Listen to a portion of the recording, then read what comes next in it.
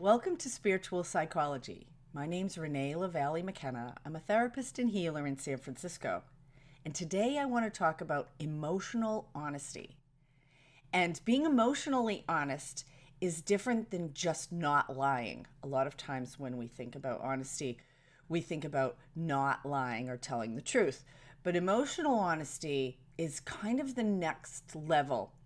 Emotional honesty is about being willing to bring forth what is within us to those around us, whether they ask us or not. Sharing with others vulnerably and authentically what's happening with our internal self is really the key to intimacy. Intimacy can mean into me you see. I love that. Intimacy being into me you see. So true intimacy really being connected with people, which is what most of us want. We want to be loved, we want to be connected and feel secure attachment to people. But a lot of times we want that without discomfort. I remember years ago, I saw this fabulous little cartoon, and it was somebody sitting on a meditation cushion, and they were saying, "Oh God, I give myself to you. Show me how you want me to be. I surrender my life as long as it doesn't cause me any pain or discomfort."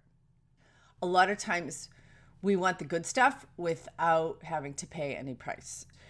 You know, what the price is really is our own purification. The price generally of anything is to let go of things we don't need anymore anyway.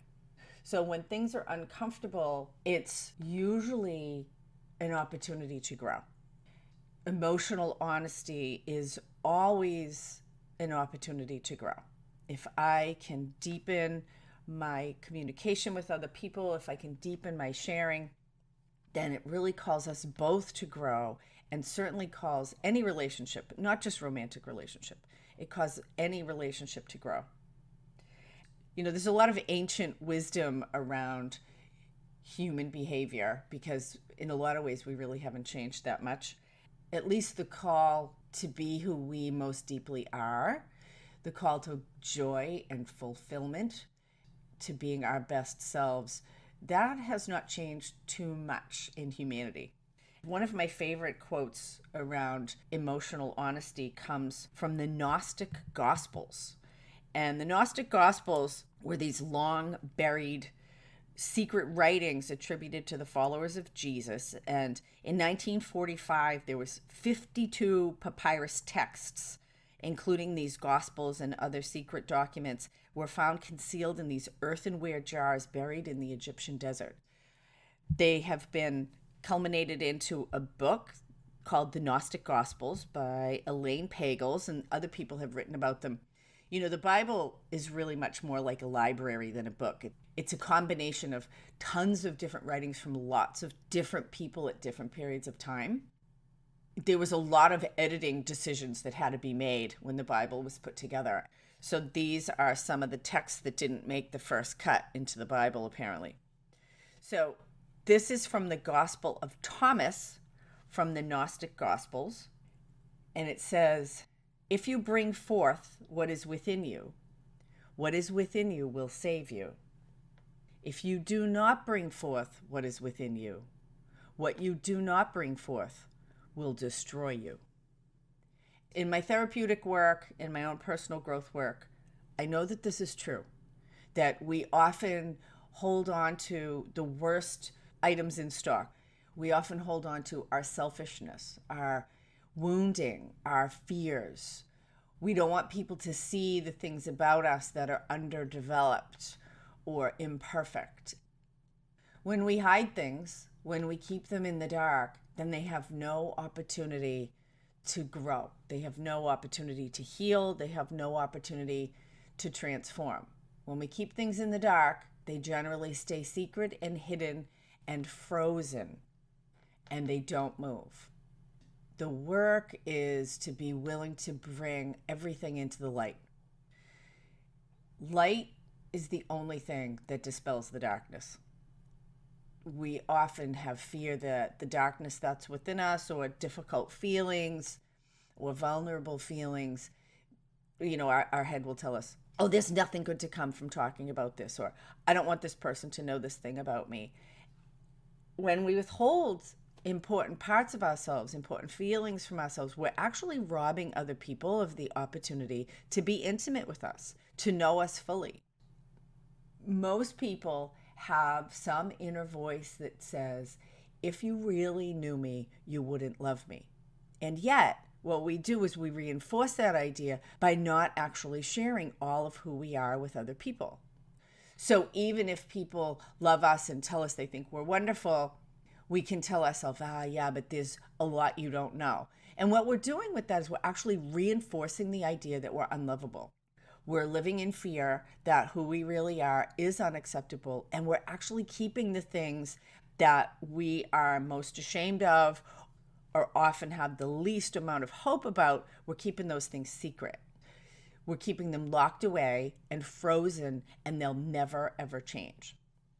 So most of us have this idea that if we hide our fears and our wounds and our hurts, that somehow we're keeping ourselves safe. And, as children or coming up in dysfunctional systems, sure, that might have been true. But as we start to move out into the world as young adults, and certainly as full adults, if something hurts, it needs attention.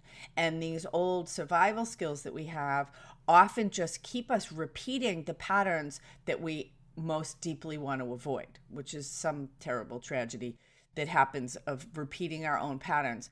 And emotional honesty is one of the quickest ways to get out of old patterns. The idea of being vulnerable can be really scary to people. A lot of times we tend to think of being vulnerable as being weak. What we're doing is we might be revealing our weakness. Really what we're doing is we're revealing our humanity. And when we reveal our humanity, that's an opportunity for intimacy, because then it deepens the conversation for everyone and gives other people an opportunity to be intimate, to be vulnerable as well. So when I can make a space that's safe for myself to be vulnerable, then I'm actually making a space for other people to be vulnerable too. When we can reveal our deeper self, our softer self, again, that's the place of intimacy. Into me, you see. Allowing other people to see into us and being willing to see into them from a place of compassion and love and kindness and understanding, and not taking things personally, is really the gift of the best parts of humanity. Vulnerability is the path of strength. It takes tremendous courage and fortitude and willingness and willpower to often be emotionally honest, to be vulnerable. So the idea that vulnerability is actually weakness is crap. As a person who spent a lot of time in her life trying to be invulnerable and trying to be a tough guy, I know that the path of vulnerability is actually a much, much more powerful, more strengthening. The path of vulnerability, the path of emotional honesty, is the path of a spiritual warrior. And you're going to need all the resources that you have to be able to tell the truth. But the victories that you get are unbelievable.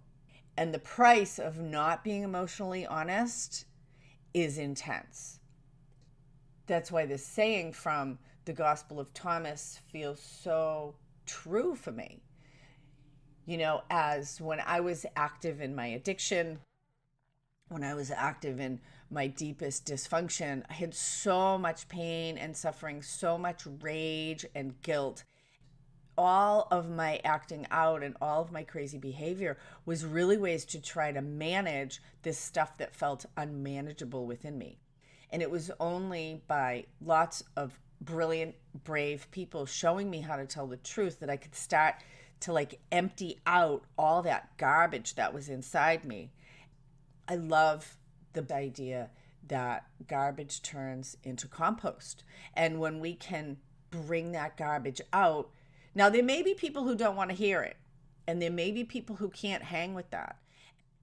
Do we want to energy match those people? Do we want to energy match people who want only everything to be nice and to be on the surface. If you want that, you probably don't want to listen to this podcast.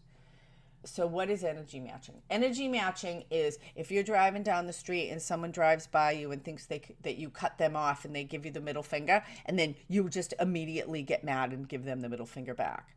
Or maybe you get scared, and underneath their anger, they probably were scared too that you cut them off, and so you get scared too.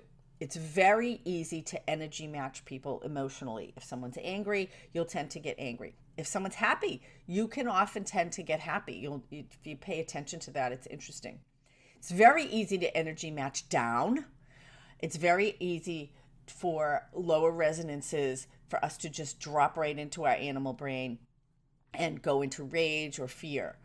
That's a lot of how the news preys on people, and there's a lot of energy matching happening in media.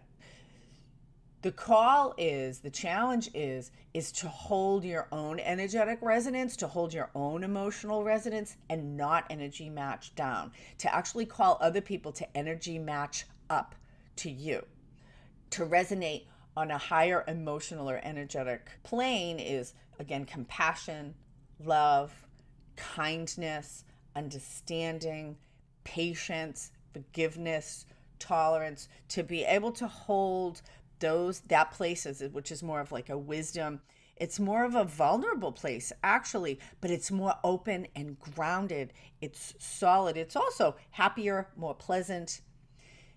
When we can hold our resonance, when we can be open and honest, we're actually calling other people to resonate in the same resonance with us. There's a saying that lobsters will drag other lobsters down. I'm from Boston. We have lobsters, and they keep them in big tanks, and they're alive because you only cook them when they're alive, which is a terrible thing. But anyway, so there's a saying that if lobsters will try to crawl out of the tank, and the other lobsters will pull them back down.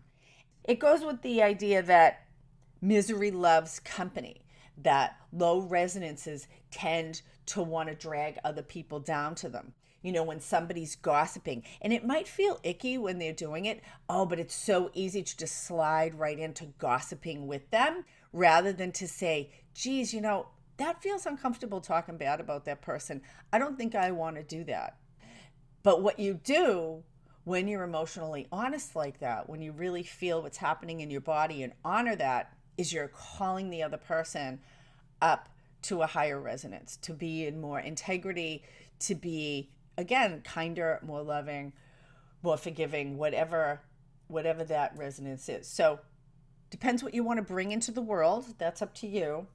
But emotional honesty really, for me, has become a practice and a path.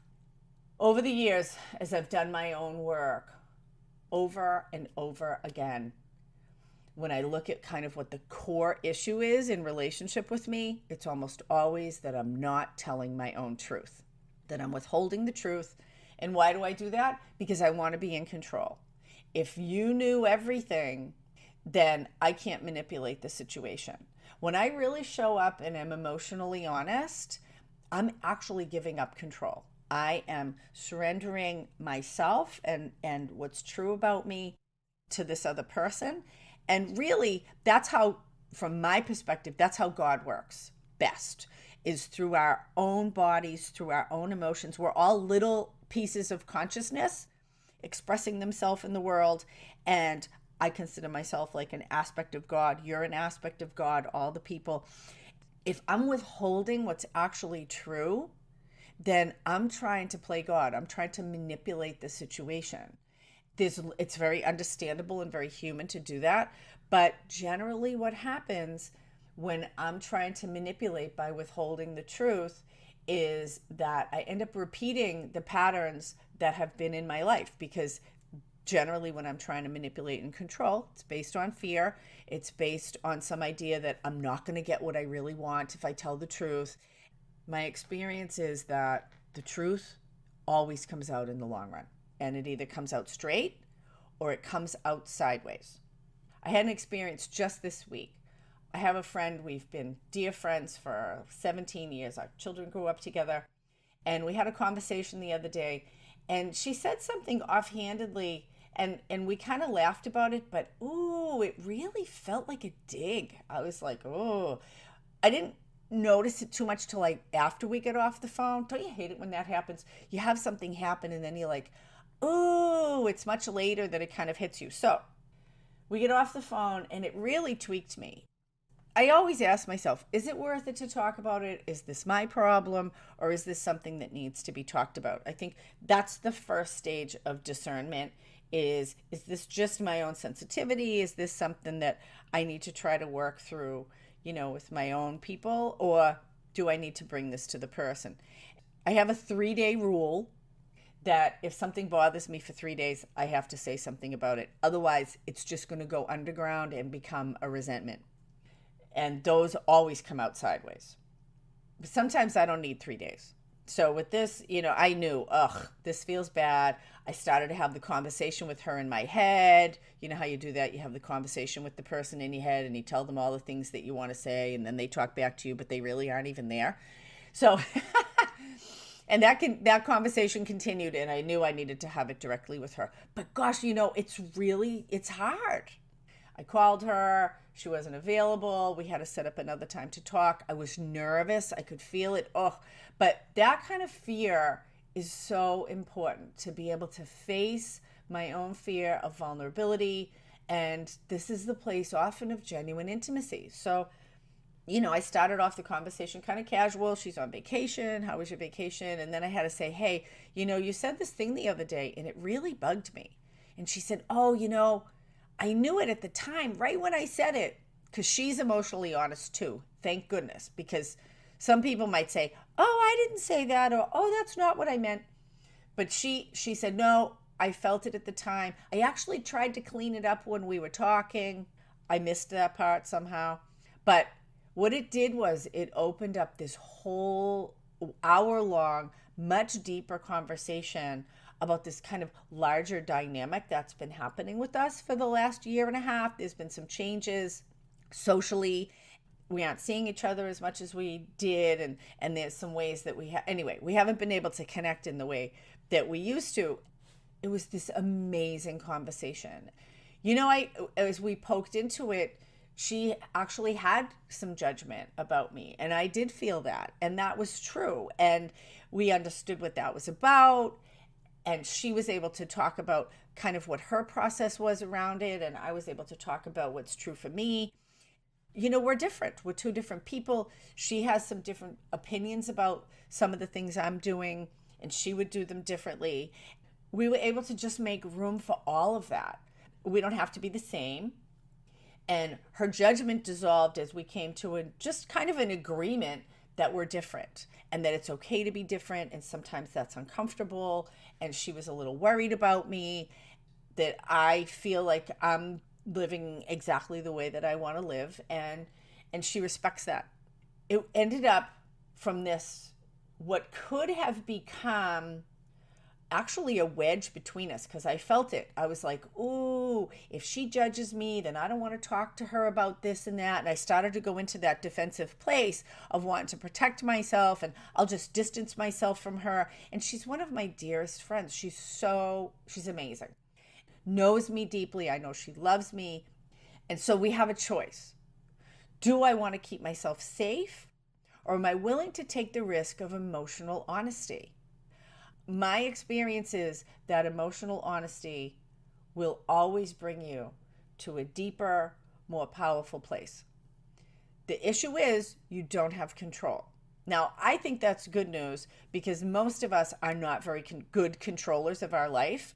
And so if I'm willing to open up with the principle of honesty, I'm actually resonating up from a place of fear. If I'm willing to take the risk and tell people the truth, let them see who I really am. Now, we don't know what's going to happen with that, but I actually find that kind of interesting and exciting, to go and step into the unknown and what does life want to bring me. So it can't be understated that emotional honesty is taking responsibility for our own feelings.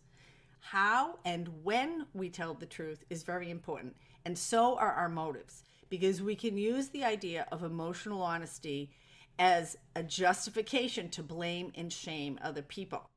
I know for myself, I had times when it was like, oh, you want me to tell the truth? Oh, I'm going to tell you the truth. And I'll tell you all the things that I don't like about you and all the things that you did that I feel like harmed me. So we can use the idea of emotional honesty as a way to justify blaming and shaming other people, as a way to get power out of disempowering others. So if I'm not using I statements, I'm not actually being emotionally honest. Calling it emotional honesty when I tell you everything that's wrong with you, or all the ways that you hurt my feelings, or all the stuff that you did that made me feel bad, that's not actually emotional honesty in the way that I'm talking about it. We can use the idea of emotional honesty as a way to justify harming other people and acting out, putting a bad motive under a good one. So how we tell the truth and when we tell the truth and why we tell the truth are all really important. Genuine emotional honesty is about my own growth and sharing with another person without an agenda. It's about talking about how I feel and what my inner experience is, just to self-reveal, not to get them to change. If I need you to change so that I'll feel better, that's a problem. So truly sharing just so that the other people have the information, rather than sharing to get them to do something or be different, is really what emotional intimacy and what emotional honesty is about. When I want other people to change so that I'll feel better, I'm in a place of weakness. Real power lies in the ability and the willingness to change myself. And emotional honesty is an opportunity to be changed by the experience and the exchange with the other person, rather than trying to get them to change. So I had to put that in there. It feels really important, because we can always justify a bad motive with a good one if we're not careful.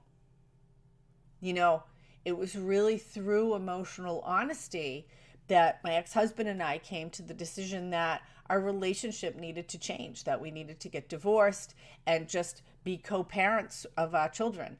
And the clarity in our relationship now is unbelievable. I'm so grateful. He is like the most, he's an amazing guy. He has incredible integrity. He's a great dad. He was a great husband to me in the time period that we were together. And now we're able to still be generous and kind and respectful to each other, and have this emotion because of this emotional honesty. And was it scary? Yes. And I want to end with the story just from that place. So I knew the marriage was over, and I knew I needed to tell him. We had been having lots of conversations. This was not coming out of the blue. We'd been in therapy for years, and I had come to a place kind of being unhappy enough that I needed to be emotionally honest. So I was at a group, and we were doing some personal growth work. And I met this guy I'd never met before. We were on a break. We went and had a meal, and he said, "So how are you?" And I decided to be emotionally honest, and I told him, "I'm thinking about leaving my marriage. I'm really stressed." And I really told him the whole situation, and he listened very patiently, and he said, "Geez, you know, my parents got divorced when I was 12. It was terrible." And I was like, "Oh," because my daughter was 12 at the time, and I was thinking, "Oh my God, this is my worst fear, right? I don't want to hurt my kids." And so we had this really great conversation. I've actually never seen the guy since. He was actually from New York, and we're in San Francisco. But anyway, so I started to ask him questions, and I said, "So what would you have liked for your parents to do when they got divorced? What would have made that better for you?" And he just laid out this, like, so clear exactly what he wished his parents said to him, which they didn't. It was a terrible divorce. They used him in court, and it was awful and traumatic for him. And, you know, he said to me, "Oh, what I wish my parents said to me was, this has nothing to do with you. We love you. We're going to care for you. That this is grown-up problems, and we're going to take care of them amongst ourselves. You don't need to worry about anything. Our primary concern is your health and care and well-being, and we're here for you no matter what." That's what I wish my parents said to me. So that night, I went home, And I had the opportunity, and I was able to say to Mike, you know, I was able to say to Mike, I think we're done. And it wasn't a shock. And he said, okay, what are we going to do? And I said, I have no idea, but we'll figure it out. And about 3 hours later, I was upstairs and getting ready for bed. And my daughter came in and she said, Mom, I have to talk to you about something. I read a text on your phone last week that said that you're really unhappy in your marriage. Is that true? Oh my God. And I was able to say to her, yes, it is true. And she said, does Dad know? And I was able to say to her, yes, Dad knows.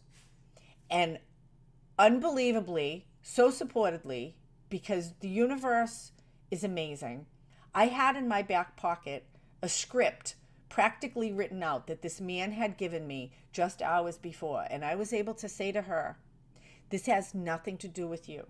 These are grown-up problems, and we love you, and we're going to care for you, and your health and well-being is the most important thing to us. And you don't need to worry, because we're going to work it out, and in a way that you're cared for, and everybody's good. Oh my God. Because I had been emotionally honest with that man, he gave me exactly what I needed to say. When my daughter confronted me, because she found out the truth, not me expecting that, didn't have anything to do with me that she read a text, I was able to be honest with her. Because I had been honest with my ex-husband, I was able to tell her, yes, Dad knows. So it wasn't like she had information before he did.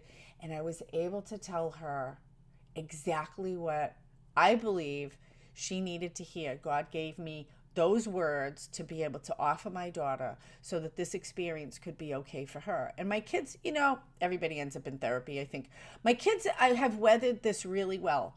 We have done the best we can to be able to be there for those children and uphold that script that I said to her, and to be able to love and care for them. And, we're still co-parenting, and my kids are with my ex-husband right now, and I'll be with them later today.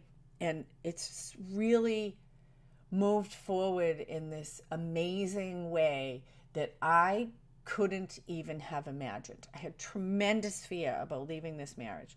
And because of the practice of emotional honesty, I feel like we've been able to navigate it we've been able to navigate it in this amazingly graceful way.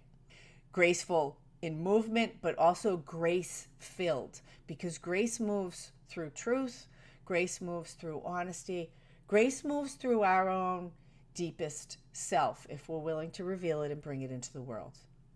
And so I'll leave you. If I ever have an epitaph, if they ever bury me, this is what I want on my gravestone. Show up, tell the truth, and leave the results to God.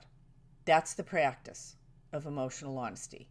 Show up, tell the truth, and leave the results to God. This is Renee McKenna with Spiritual Psychology.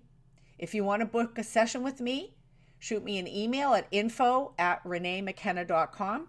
You can pick up my new book, Allies and Demons, Working with Spirit for Power and Healing, on Amazon or on my website at reneemckenna.com.